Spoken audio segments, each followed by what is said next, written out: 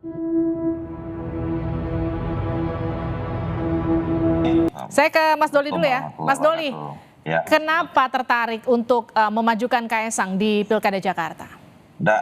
Saya kira begini, ini kan poin yang disampaikan oleh Pak Erlangga kemarin itu adalah kita masih punya waktu yang cukup untuk membahas berbagai kemungkinan di berbagai daerah ya.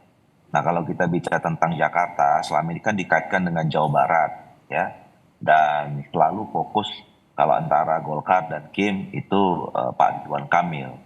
Nah, jadi dan sementara posisi Golkar kan sejauh ini kita sering lebih mendorong yang ideal itu Ridwan Kamil itu di Jawa Barat.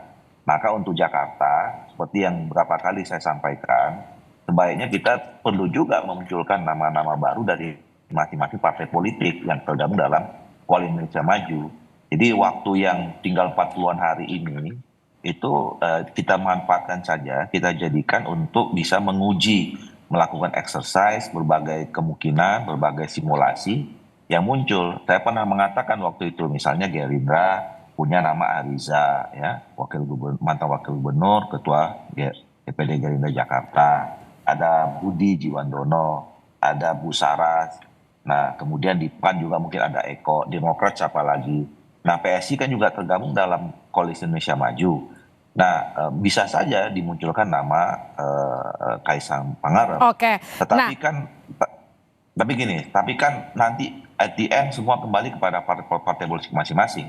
Jadi tergantung PSI dan Pak Kaisangnya sendiri. Oke. Apakah Gini, nanti kemudian setia atau tidak. maaf saya potong Mas Doli. Kalau sebelumnya kan Golkar itu sudah ngasih tiket antara dua pilihan buat Ridwan Kamil ke Jakarta atau ke Jawa Barat. Tapi gini, tiba-tiba muncul nama Kaesang. Kalau dilihat dari pengalaman politik Kaesang, ini kan pengalaman politiknya belum banyak. Baru kemudian terjun ke politik, langsung jadi ketua umum. Pertimbangan Golkar menyebut nama Kaesang ini apa? Faktor Jokowi kah? Kan belum ya. Kan kemarin itu kan hasil pertemuan silaturahim antara PSI dengan Golkar.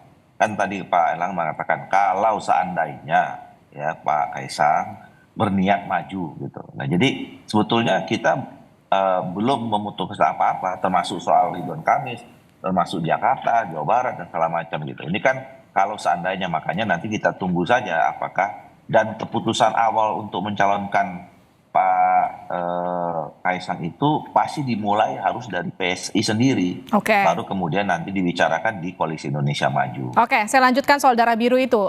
Ini kan kalau kita bicara soal tudingan negatif, dinasti politik, atau dinasti Jokowi lah sebut seperti itu. Saya ke Mas Doli ya. Ini kan kalau di Sumatera Utara, taruhlah, Golkar itu punya kader, ada Ijek. Tapi kemudian Golkar ngasih tiketnya ke Bobi Nasution.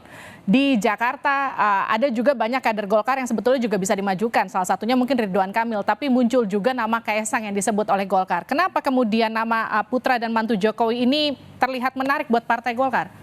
Ini dua hal yang berbeda ya. Karena dua daerah ini berbeda dan dinamika serta situasinya berbeda. Nah, kalau di Sumatera Utara itu kan sekali begini.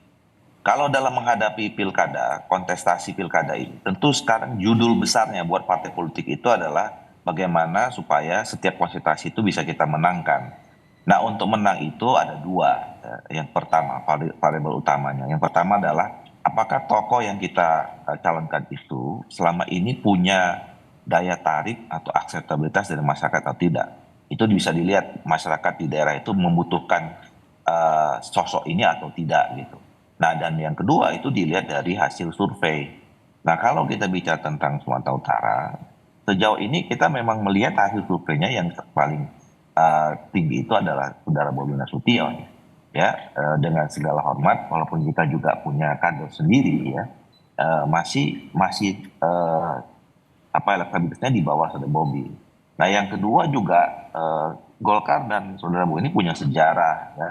Dulu di wali kota juga pertama kali yang mengusung saudara Bobi jadi wali kota adalah Golkar dan menang gitu loh ya. Jadi itu menjadi faktor pertimbangan kita. Nah, sementara kalau untuk Jakarta kan sejauh ini tadi saya katakan ini masih membutuhkan waktu ya. Masih banyak situasi yang belum terjadi.